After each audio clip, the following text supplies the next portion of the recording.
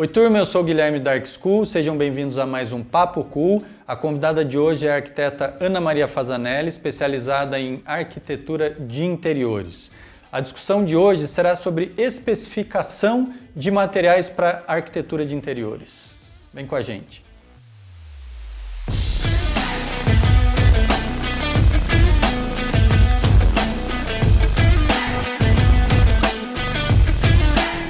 Hoje nós vamos falar um pouco sobre como especificar materiais em arquitetura de interiores, né? Como é que funciona isso? Como que você vê essa questão? Fala um pouco aí pra gente. Nossa, é um universo que brilha meu olho, né? A infinidade de possibilidades que existem hoje em dia para a gente poder criar, né? Arquitetura e especificamente falando de interiores. De muito tempo para cá, já uma jornada grande que a gente tem acompanhado a indústria nesses nossos trabalhos, né? Ao longo de... Eu brinco que eu sou arquiteta de interiores desde o século passado. Então, foi sensível à transformação da indústria para atender às necessidades do consumidor. E nós, profissionais, estamos inseridos nesse olhar, né, da indústria como consumidor. Nós somos consumidores, além de sermos especificadores. Então, desde sempre eu me interessei muito e tem alguns critérios interessantes para poder escolher, né? Da mesma maneira que tem muita coisa, você pode se sentir meio perdido, né? Eu sigo por onde? É o meu gosto, é o gosto do cliente, é este preço ou aquele preço. Então, por onde, quais elementos, né, tratar para poder atingir corretamente? Eu, particularmente nos meus projetos, costumo pensar muito na conservação do material, né? Após a conclusão de uma obra, parte integrante da concepção do arquiteto, imaginar como é que o acabamento que você especificou, ou o material que você usou para construir o espaço, vai se comportar, né? Mais ou menos, a gente poderia abordar como uma vida útil do material, né? Eu me lembro, falando disso, me lembro de uma casa de praia, de uma pessoa conhecida, muito querida minha, fui até lá fazer uma atualização da residência, e uma das reclamações, né, das preocupações dessa senhora era a manutenção das luminárias que foram colocadas num pé direito quase triplo da sala de estar daquela casa. Então, eu entrei na casa, ela me recebeu e falou, bom, eu falei, do que você precisa de mim? Ela levantou a cabeça e falou, olha para cima. Aí eu olhei. Como é que eu faço para trocar aquelas lâmpadas, né? Então, isso é um exemplo, assim, até de quase uma piada, né? É preciso, naquela residência, contratar um andaime para poder fazer a manutenção de toda a iluminação que está no pé direito quase triplo. Então, guardados esses de lado, né, com essas excentricidades, eu costumo pensar na adequação ao projeto, obviamente, mas muito em como ele vai ser usado e de que maneira ele vai ser mantido ao final da obra, né? Essa, mais ou menos, é a linha mestra. Porque tem uma questão interessante que vem dessa sua fala, que é a relação entre a quantidade hoje que nós temos de produtos possíveis e também os valores os mais variados possíveis, né? Então, essa relação do custo-benefício talvez seja o caminho. Além da gente pensar em como as pessoas vão usar e de que maneira o material vai se comportar depois, tem sim essa questão de custo, né? Não adianta nada você especificar algo inadequado porque senão o conjunto final, né, o preço global desse projeto vai inviabilizar a obra. Você assina um documento, né, nesse final aí de eu não sei fazer um projeto adequado. Bem, essa relação custo-benefício é verdadeira e não e é mensurável, né? Então, se você tem, por exemplo, um piso para especificar, no mercado hoje, a gente, sem dúvida, tem as classificações de preço, que tem a ver com a resposta que o material possui no uso correto dele, né? Então, falando de novo na indústria, ela nos oferece uma gama ampla de materiais com tecnologia específica para cada solicitação. Então, nós vamos ter resistência do material quanto ao uso, quanto ao desgaste. Você vai comprar um carpete, por exemplo, existem pelo menos 5 classificações de preço, que nada tem a ver com a publicidade, a marca, mas classificação de preço dentro de uma empresa que explica a resistência e a qualidade do material. Não qualidade boa ou ruim, mas a qualidade quanto à construção daquele produto, né? A função da matéria-prima, a origem, a composição, a fórmula para fazer. Isso resulta, são respostas quanto às nossas necessidades. Então, se você, por isso que a gente vê carpete residencial, carpete comercial. Dentro do comercial, você tem pelo menos 3 classificações. Então, não adianta só olhar o preço, porque senão você acaba incorrendo em sérios erros de projeto, né? Você especifica um produto de baixa resistência ao tráfego, por exemplo, e esse lugar rapidamente vai apresentar aquela cara envelhecida, feia, ou vai trincar, vai quebrar. E aí, o que vai acontecer, fatalmente, como a gente conhece histórias aí, é que o arquiteto especificou errado. O arquiteto foi na minha. Às vezes acontece a humildade, né? Então, se você não conhece dos materiais, você não tem condição de garantir a especificação, né?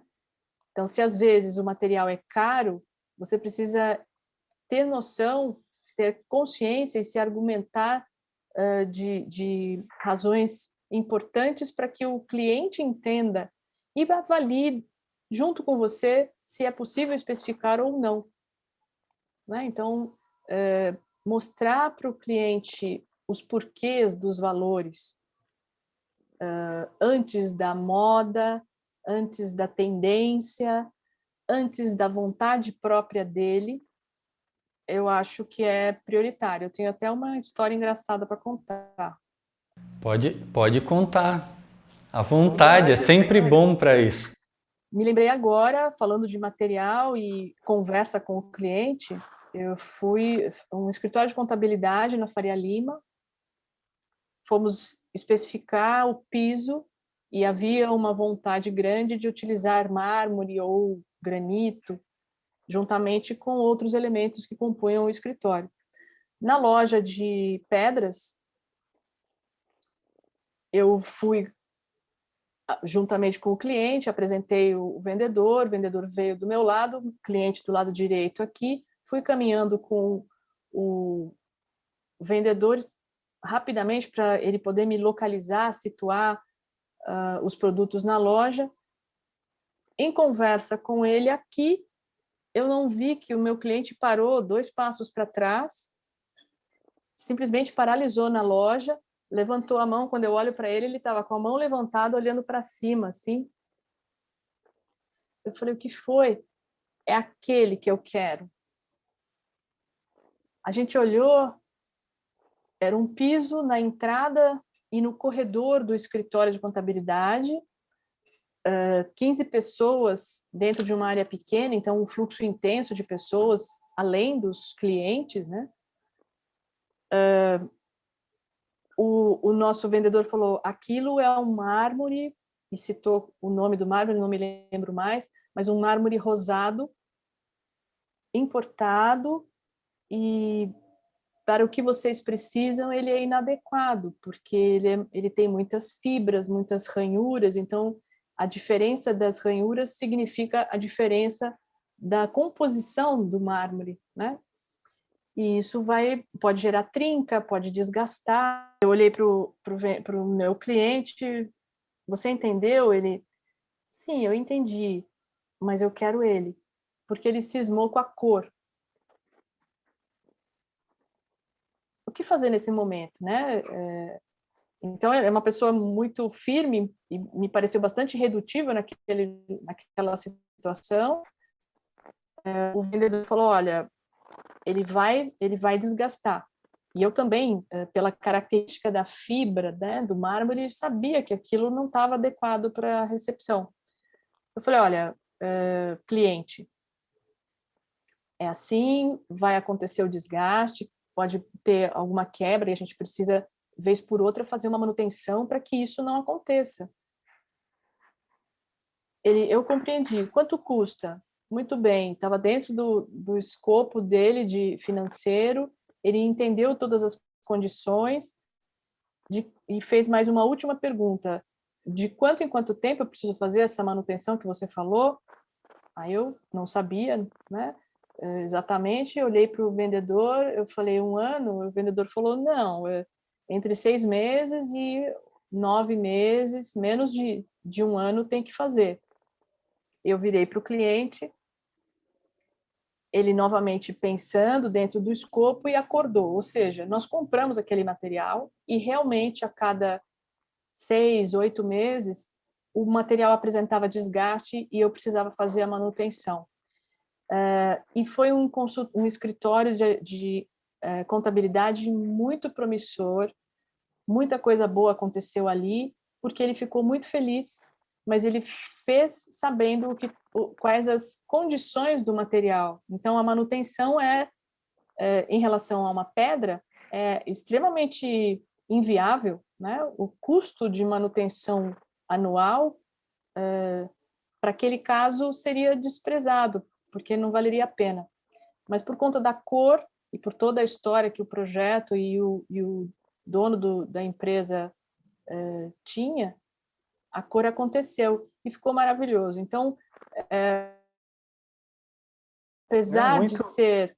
apesar de ser inviável, porque era muito caro, porque demandaria muita manutenção e cuidado, ele comprou consciente de tudo isso.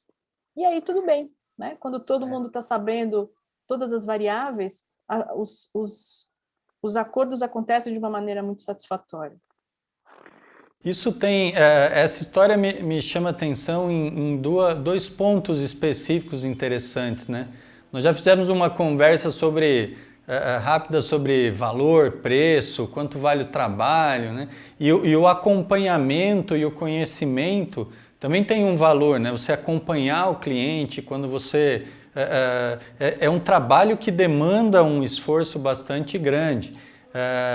E essa situação de até onde eu como arquiteta, posso e devo sentar com o cliente, expor, falar, olha, a especificação melhor é essa, ou a outra, né? Eu acho que essa questão de falar, olha, todo mundo está sabendo tudo que está acontecendo, os prós e contras são esses aqui, você cliente, entendeu? Então, você tá sabendo que vai ter que trocar. Isso é muito interessante, né? Esse posicionamento positivo e explicativo, honesto, é sempre a melhor opção, né? Sim. E, de uma maneira a médio prazo, né, uma visão mais de fluência de produção do seu escritório, o que acabou acontecendo é que houve um relacionamento que quase se perpetuou durante a vida dessa empresa, eu permaneci como consultora de todos os espaços, todas as transformações que foram feitas depois, as mudanças que ele precisou fazer para outros edifícios, como uma maneira de... Eu entendi, né? E fiquei muito contente, porque uma maneira de você confirmar o seu trabalho, né? E perceber o reconhecimento dele com mais serviço. Então, ele, durante muito tempo, durante a vida toda dessa empresa, ele estava na minha carteira anual de projeto, né? Era um cliente fixo, pode-se dizer assim. Isso também me vem à mente uma palavra que você citou, na verdade duas, né? Moda e tendência. Isso muitas vezes é um problema na especificação, né? Como que funciona isso? Como que explica pra gente um pouco isso. Hoje em dia, com essa divulgação tamanha, né? A comunicação globalizada que a gente consegue com a internet, em vários veículos, né? Em vários equipamentos você consegue acessar muitas coisas e recentemente quase tudo está à mão, né? Você consegue ver produtos, entender o que está acontecendo no outro lado do planeta. O cliente muitas vezes chega já com uma cartela de especificação criada. Ele vem com uma necessidade de que você faça o projeto dele e ele vem já com um pequeno esquema de acabamentos. Porque ele viu, porque ele gostou, porque na casa do amigo tem, porque ele viu que lá no escritório dos Estados Unidos é tendência, porque estão usando e ele quer usar também. Então, isso tudo acontece, nós precisamos dar o olho para isso, porque, afinal, o seu trabalho é uma prestação de serviço no atendimento a uma necessidade de quem te procura, antes e muito antes de uma realização pessoal sua de fazer a sua criatividade ser notada. Nós somos profissionais que resolvemos problemas dos nossos clientes. Nós não somos artistas simplesmente que precisam ter a produção reconhecida. Eu costumo dizer que aquele escritório lá de contabilidade tem a cara de quem o conduziu, né? A linha de trabalho dele é que apareceu naquela conformação de acabamentos. Então, a questão da moda é algo que nos permeia, né? Os clientes chegam com esse pacote quase fechado e muitas vezes é bastante complexo você tirá-los dessa paleta já organizada que ele criou. Às vezes, você valida, ok, podemos usar tudo isso. Às vezes, não dá para usar tudo isso. Quando que você finca o pé e fala, não vamos usar isso? Né? Respostas como, eu não gosto, ou não é bonito, simplesmente vão entrar por um ouvido e sair pelo outro. O cliente vai falar, aham, mas eu gosto. E ainda fica com o pé assim, como que diz, então você vai fazer. E aí voltamos na produção industrial. Se o profissional, né, o especificador, não conhece dos produtos, ele é rendido pela vontade do cliente, porque a máxima fala que o cliente aqui manda, não é? Na verdade, a gente ouve, e tem várias nuances desse o cliente aqui manda. Ele manda sim, até onde o seu trabalho não vai ser comprometido, né? Então, sem citar, eu não tenho nenhum caso extraordinário assim para exemplificar, mas tem sim que se ouvir o que o cliente fala, mas tem sim que conhecer do mercado para entender o que pode e o que não pode usar.